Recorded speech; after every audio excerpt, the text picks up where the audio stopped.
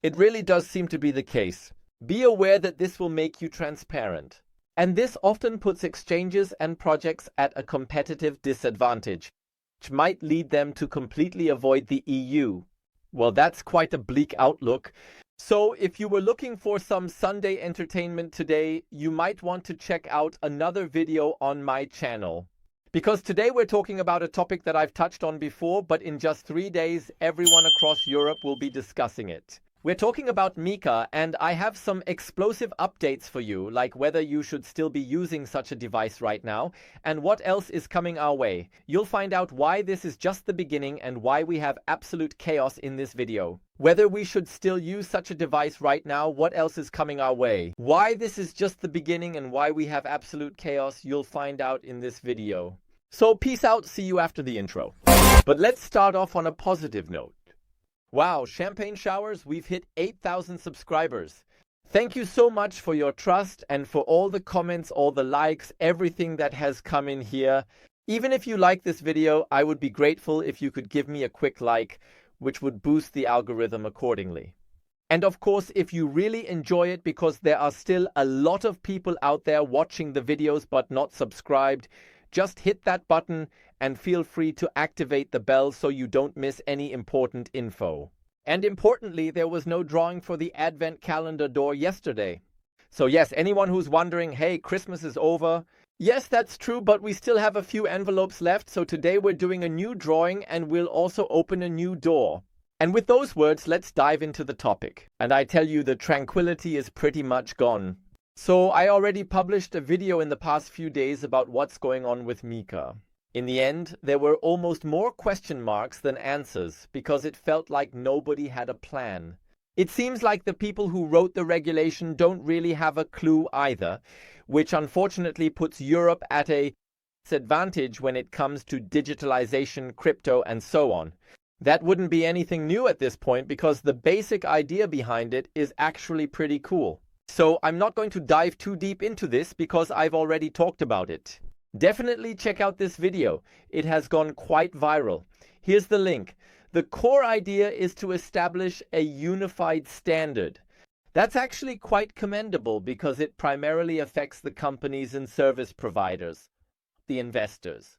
So let's say, for example, an exchange that wants to become active in the EU. Now, this is actually quite commendable because until now, as a company, you had to apply for a license in every single country. So, for example, in Germany, BaFin is responsible. Now, it's really nice and sweet with MiCA, as it standardizes everything, meaning you need a MiCA license and can operate throughout the entire EU. That's already a positive thing. Yes. But unfortunately, that seems to be the only positive point that this law brings, because at the moment it feels like no one really understands what actually needs to be done. So it's clear things like, for example, a KYC process. We all know that from exchanges, that's nothing new. And it's actually quite strict. Just the requirements we have in Germany, like you have to take a photo and hold up your ID, you have to verify your face, and so on and so forth. So I don't think it can get any stricter than this. We all know that. However, it's going to get very complex there. So in the end, we're talking about the tokens that are affected. Basically everything except security tokens. Sure, security tokens are already subject to financial market supervision and are regulated accordingly. And then it continues here that basically, I would say broadly, without going into too much detail, you can read this through at your leisure. All utility tokens are included except for example, the NFTs. And I talked about that in the last video as well, because there were questions like, what even is an NFT? And for example, the entire DeFi sector, and I'm going to dive deeper into that today. As we know, the EU, everything is always presented in a beautifully complicated and complex way. So in the end, it feels like no one can really see through it. So on one hand, we have MiCA, which we now know, meaning the regulation around all the crypto assets, the markets in crypto assets regulation. Then there's TFR, in case that comes up again, where we talk about the transactions themselves, which should definitely be verified. So It's very exciting, and especially something has been introduced that at first you think, oh, okay, very interesting. I hadn't really kept that in mind, because initially it was a no, we definitely won't do that. But more on that in a moment. I also pulled up a current report, or more or less current, from BaFin from the year 2023, where it explains everything again, I would say. Basic things like, for example, a white paper has to be released. Hey, all good. So that's a clean thing. Now, one must also say that some crypto assets could indeed fall out of favor if the white paper does not meet this regulatory framework. And then, for example, in the EU might not find any resonance at all. Now, one could say, well, okay, that's more of a small bubble in the EU space. If you look at it globally, like in Asia and so on, there's something completely different behind it in terms of volume, which could lead to the conclusion that, well, okay, let's just skip the EU, and what do we end up with? A competitive disadvantage. This also affects the exchanges themselves, because with all the checks that obviously have to be done, all under the guise of preventing money laundering and terrorist financing, which is being curtailed and so on, it's all very nice and commendable. Whether that's really the main reason in this context, I'll get to that shortly. However, all in all, one must simply say that this leads to increased costs for example, Bitpanda and Coinbase are delisting USDT on the 31st. This doesn't mean USDT is illegal. You just can't trade it there. You can still use USDC for exchanges. However, it becomes harder, putting exchanges at a disadvantage, possibly avoiding the EU. Regarding regulation, hosted wallets which are verified are affected. Switch to USDC and then exchange it. So that's all possible. However, it just becomes much, much harder. And that often puts exchanges and projects at a competitive disadvantage, making them potentially avoid the EU altogether. And by the way, just a quick note on this regulation I mentioned, because it really seems to be the case that if you have hosted wallets, meaning all those that are verified in some way, for example, at an exchange, and then there are unhosted wallets, like for example, like Mask, Tron, Link, Exodus, and so on, which are not personally verified. Now, of course, you might want to get some additional understanding into where exactly some of that euro is coming from. Well, now they have set this magical limit. Why it is currently at $1,000, who knows? It's just like that. This means that for every transactions over $1,000 need wallet proof. Common chains make this straightforward. Exchanges may ask you to send a specific amount to a verified wallet. If hacked, handling is unclear. With all the common chains, it's easy to do this. The exchange will ask, okay, send this amount to our wallet. But with Bitcoin, it's a bit different, as you may have noticed in Bitcoin transactions. The wallet address keeps changing, though it's the same deposit wallet. This wallet belongs to you. With Bitcoin, it's a bit different. The wallet address keeps changing. But with Bitcoin, it's a bit different, as you might have already noticed when you've made Bitcoin transactions. The wallet address keeps changing even though it's always the same deposit wallet. But that can be resolved relatively easily. So there are things like Satoshi tests, etc. These are the kinds of things, as I said, everything has to fall into place. And it comes with increased costs. But it is definitely implementable in some way. Just be aware that this will make you transparent. And so we come to the next topic, which I talked about in the last video. Ledger 2001. Could it happen that Ledger, being based in France, has the EU come in and say, hey friends, you have a lot of buyers for your hardware wallets and there are really significant amounts stored on them, and now we want to know who owns that. That's why you let your customers do KYC. Whether it's technically feasible, who knows, no idea. At this point, I can definitely give some reassurance, which is important because it looks like, and I asked around and some of you might have already heard, there was also an AMA with Bitbox. I know the co-founder of Bitbox quite well. and I actually use Bitbox myself.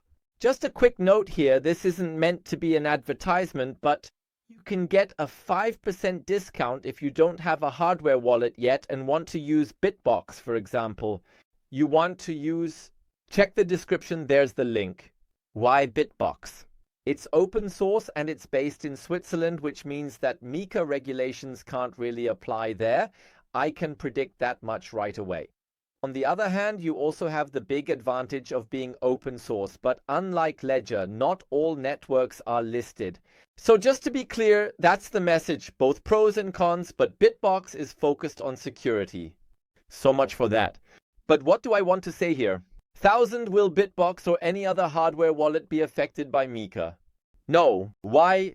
Because this is purely about storage, at least if you read this article, because there are no financial products being issued, and MiCA is aimed at financial products. So everyone who has now got into a fuss and said, I'll never use Ledger again, you can carry on using it, nothing should happen, 2001. But I always go one step further and say, well, I'll still look for a provider outside the EU, just to be on the safe side. But that's just my personal opinion, and as I said, I can definitely give some reassurance on that point.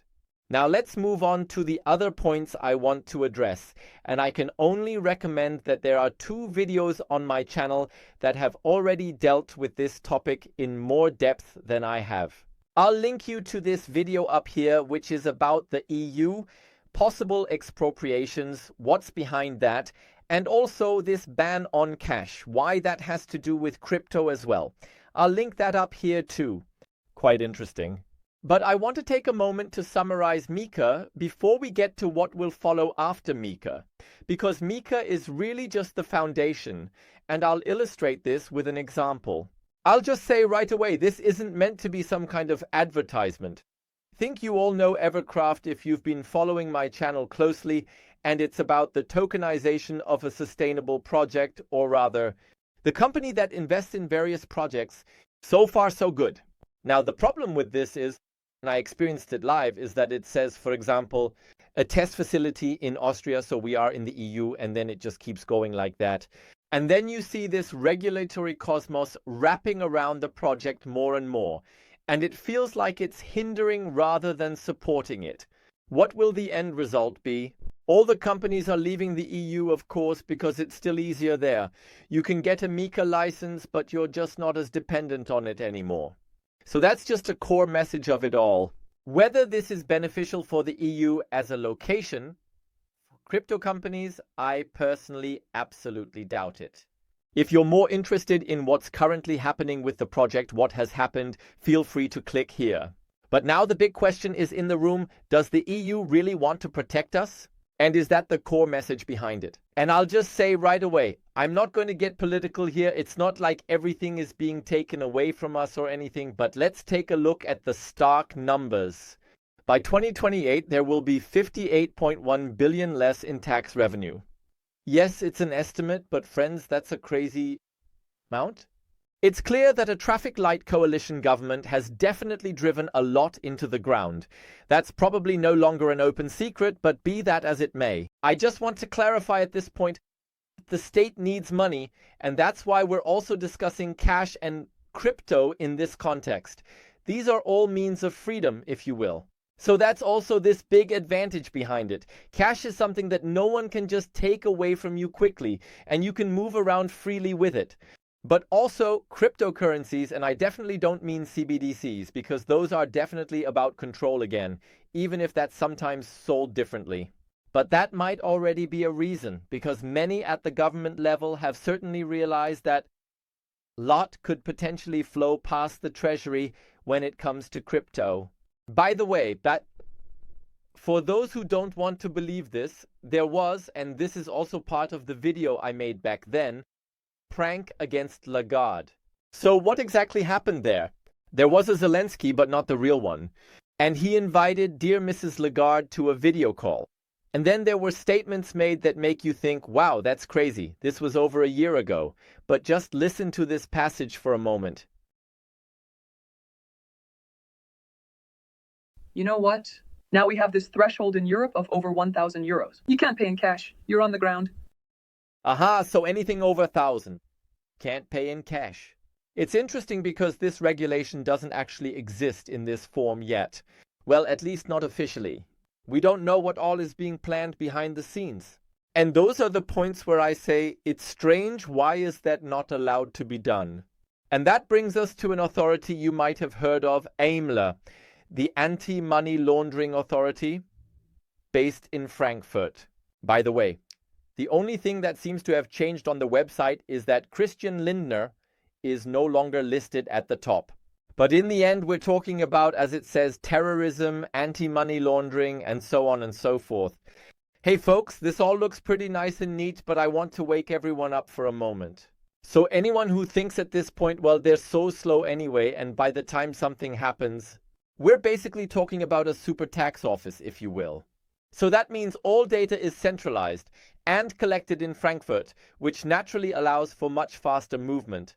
So, where you have tax office A and tax office B and C and D today, and they have to communicate with each other if they want to get data from one another.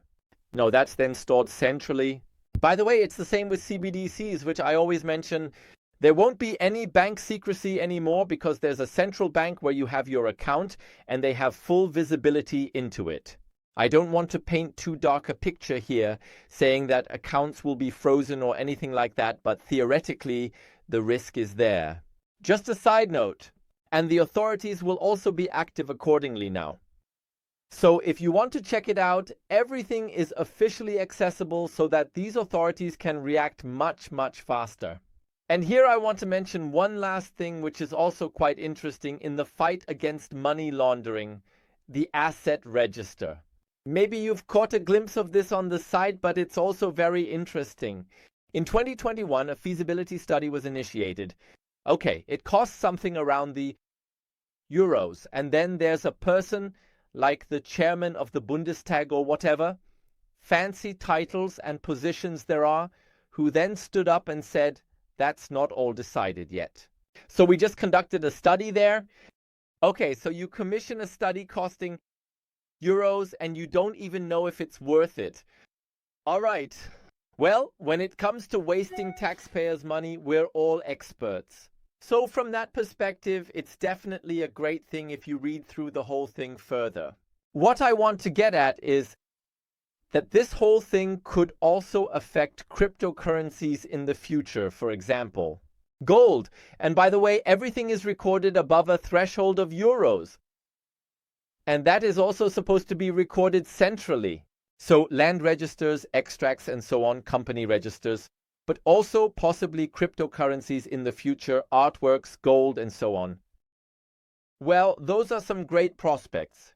So we can wait and see. Right now, we're not hearing much about it, but once MiCA comes into effect, something like that could definitely follow. But to end on a positive note, let's move on to the raffle. And I can tell you, it's incredible how many clicks and comments there have been. There's a lot of discussion going on.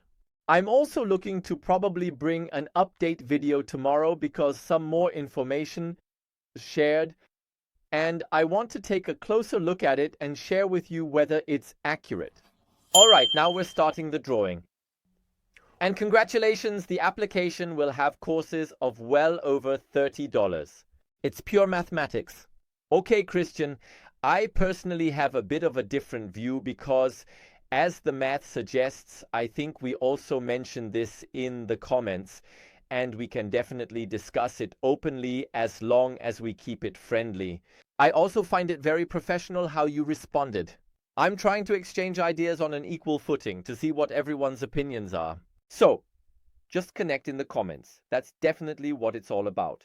I also say that there will be more tokens coming to the market. On the other hand, if the application comes in this capacity, then there's a real use case for XRP alongside the hype. Yeah, I see it that way too. And as I said, I find this topic quite exciting. The development is something I never would have thought, and we just have to wait and see what happens.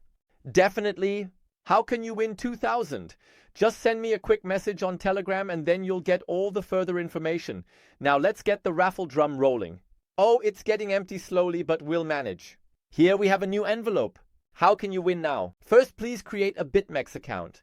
By the way, you also get a $25 trading bonus. So have a look at the description. There is the link to it. And then we have 205, so that means 205 BitMEX tokens that you can win. And please write in the comments what you think about MiCA, about AMLA, about everything else that is to come. Let's discuss that. Otherwise, if the exchange is to continue, feel free to join our Telegram group. The link is in the description. There, you'll also hear voices from the community and brand new uptrend trading, where I share coin tips and all the news, especially market updates around Bitcoin and what that means for crypto, which I provide daily and in real time. Plus, there are some bonuses that I negotiate with exchanges and other projects. So definitely check it out. We'll see you tomorrow in the next video. So feel free to check it out. We'll see you tomorrow in the next video. Until then, all the best. Bye.